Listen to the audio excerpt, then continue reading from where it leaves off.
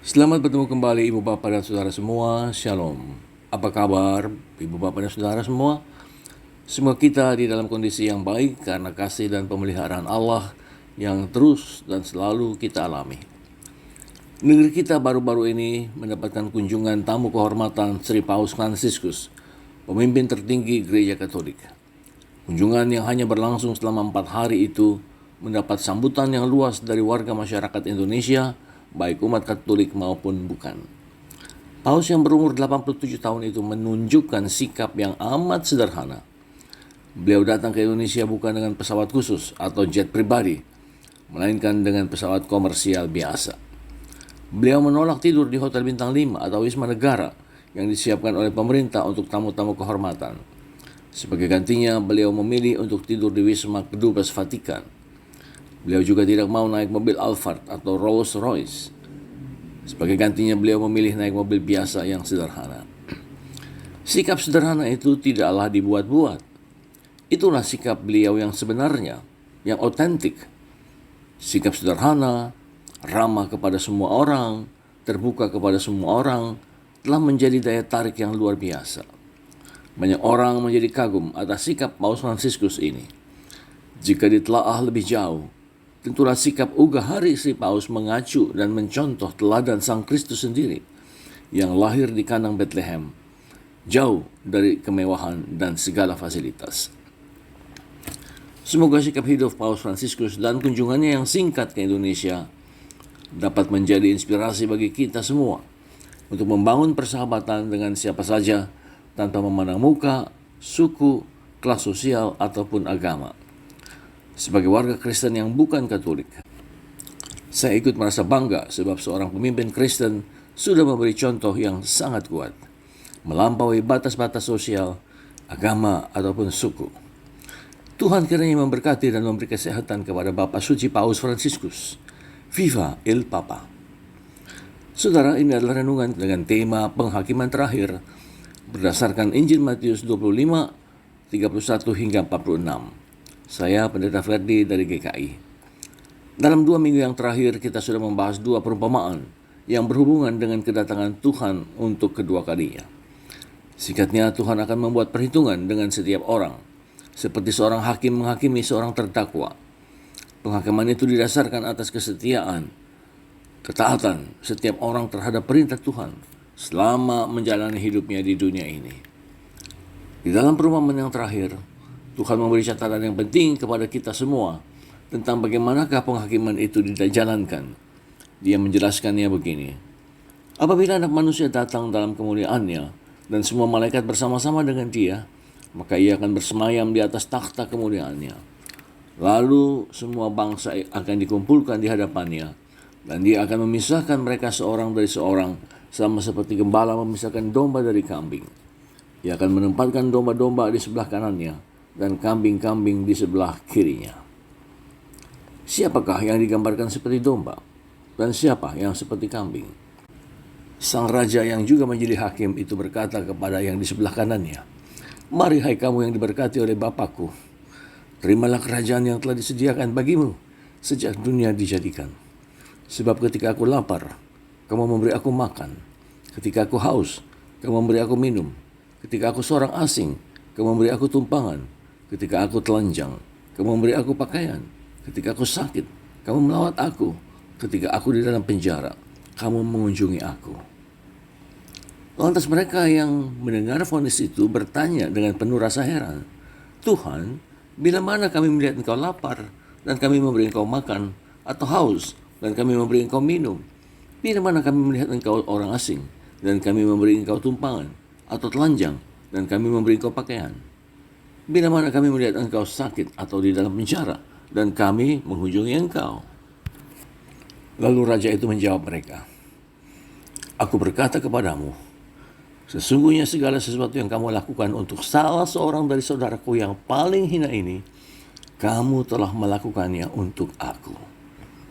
Saudara, ingatlah bahwa inilah satu-satunya ukuran, satu-satunya kriteria bagaimana sang raja itu akan menghukum umatnya.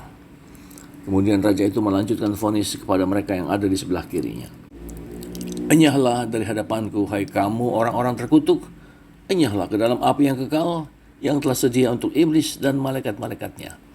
Sebab ketika aku lapar, kamu tidak memberi aku makan. Ketika aku haus, kamu tidak memberi aku minum. Ketika aku seorang asing, kamu tidak memberi aku tumpangan. Ketika aku telanjang, kamu tidak memberi aku pakaian. Ketika aku sakit di dalam penjara, kamu tidak melawat aku. Saudara, vonis terhadap para kambing yang ada di sebelah kiri sang raja itu ditolak, ditamping, dan mereka tidak mau menerimanya. Lantas mereka memberi pembelaan diri, katanya, Tuhan, bila mana kami melihat engkau lapar atau haus, atau seorang asing, atau telanjang, atau sakit, atau di dalam penjara, dan kami tidak melayani engkau.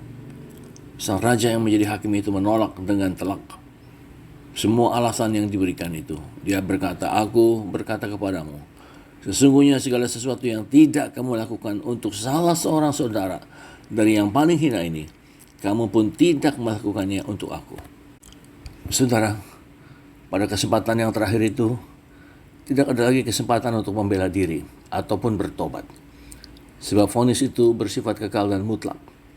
Semua yang ada di sebelah kiri sang raja akan dimasukkan ke tempat siksaan yang kekal. Tetapi orang-orang benar yang ada di sebelah kanannya akan masuk ke dalam hidup yang kekal. Saudara, inilah salah satu perumpamaan yang paling hidup dan jelas yang Yesus pernah katakan, bahwa Allah akan menghakimi semua orang sesuai dengan reaksi dan tanggapan kita terhadap kebutuhan sesama kita. Penghakiman itu tidak didasarkan atas pengetahuan kita tentang isi Alkitab atau tentang ilmu pengetahuan yang lain. Juga bukan karena kita berhasil mencapai kedudukan yang tinggi di dalam masyarakat atau dalam gereja. Bukan juga karena banyaknya harta yang dapat kita kumpulkan di dunia. Satu saja ukurannya, yaitu apa yang sudah kita lakukan untuk orang lain. Mereka semua merasa heran, sebab tidak pernah memberi makan atau minum atau pakaian kepada raja. Ternyata apa yang mereka berikan kepada orang-orang yang kecil dan lemah, itulah yang menjadi ukuran dan pertimbangan sang raja di dalam menilai diri kita. Ada beberapa catatan yang penting tentang pertolongan yang kita berikan kepada orang lain. Yang pertama, pertolongan itu adalah dalam hal-hal yang kecil dan sederhana. Yesus menyebutkan bentuk pertolongan itu yaitu memberi makan kepada yang lapar, memberi minum kepada yang haus, memberi tumpangan kepada orang asing, menghibur dan mengunjungi yang sakit dan yang ada di dalam penjara. Ini tentu bukanlah soal tentang memberi sumbangan yang sangat besar nilainya. Semua yang disebutkan oleh Tuhan tadi adalah hal-hal yang kecil yang dapat dikerjakan oleh siapa saja, oleh setiap orang. Yang kedua, perumpamaan itu harus tulus, ikhlas, dan tidak menghitung untung rugi. Mereka yang memberi pertolongan tidak mengira bahwa mereka itu sedang menolong Kristus sendiri. Mereka menolong dari hati yang tersentuh, yang tidak dapat menahan diri. Jadi pertolongan itu merupakan reaksi wajar, spontan, yang tidak memikirkan untung rugi, yang keluar dari hati yang mengasihi. Sementara itu, mereka yang tidak memberi pertolongan berpikir di dalam hatinya, aduh, andaikan kami tahu bahwa orang itu adalah Kristus, maka pasti kami tentu mau menolongnya. Nah, sampai sekarang pun masih banyak orang yang mau memberi pertolongan apabila mereka dipuji, apabila namanya disebarluaskan. Pertolongan seperti itu bukanlah pertolongan yang sejati yang Tuhan minta, karena hanya ingin memuaskan diri sendiri. Pertolongan yang Allah inginkan adalah apa yang diberikan tanpa pamrih, yang tidak mendapatkan balas budi, tetapi hanya karena ingin menolong saja. Yang ketiga, Yesus memperhadapkan kita pada kebenaran yang mengherankan, bahwa semua pertolongan itu sebenarnya diberikan kepada dirinya sendiri. Bagaimanakah bisa begitu? Jika kita benar ingin menyenangkan hati seorang ayah atau ibu, maka cara yang terbaik adalah menolong anaknya. Allah adalah Bapa yang agung dan penuh kasih. Jadi cara yang terbaik untuk menyenangkan hati Allah adalah dengan menolong anak-anaknya, yaitu sesama kita manusia. Amin. Marilah kita berdoa. Dalam nama Bapa, Anak, dan Roh Kudus, kami bersyukur atas firman yang Engkau sudah sampaikan, ya Tuhan. Engkau menginginkan agar dalam hidup ini kami saling membantu, saling mendukung, terutama kepada mereka yang sangat membutuhkan. Jadikanlah kami sebagai saluran kasih dan berkat-Mu kepada siapa saja, terutama kepada mereka yang kecil, lemah, dan membutuhkan. Tuhan, kami rindu untuk berbagi kasih kepada siapa saja, tanpa memandang muka atau warna kulit atau keyakinan. Kami sudah melihat teladan dari hamba-Mu Sri Paus Fransiskus, yang baru saja berkunjung ke negeri kami. Kiranya Tuhan memberi kesehatan dan kekuatan fisik kepada Paus Fransiskus, agar beliau dapat terus melayani Engkau dan sesama manusia sepanjang hayatnya. Kami mau berdoa untuk mereka yang lemah dan sakit. Berilah kekuatan dan kesembuhan kembali. Berkatilah obat-obat yang dimakan dan diminum, dan berkati semua perawatan yang diberikan. Kami juga mendoakan semua keluarga yang menolong, menjaga, mendampingi anggota keluarga yang sakit. Berilah mereka kesabaran di dalam meladeni dan menunggui yang sakit. Kami mau berdoa untuk gereja-gereja-Mu di mana saja. Jadikanlah gereja-gereja-Mu sebagai alat yang handal, berani, dan setia untuk terus melayani dan bersaksi di tengah dunia ini. Kami mau berdoa untuk bangsa-bangsa yang terlibat di dalam perang. Berilah kesadaran kepada para pemimpin negeri-negeri itu bahwa perdamaian adalah hal yang terindah untuk semua orang. Ya Tuhan, dengarkanlah doa kami. Demi Kristus kami sudah berdoa. Amin. Saudara, jika Anda merasa renungan ini bermanfaat, Anda boleh meneruskannya kepada orang lain, dan Anda tidak perlu minta izin dulu pada saya. Tuhan memberkati saudara.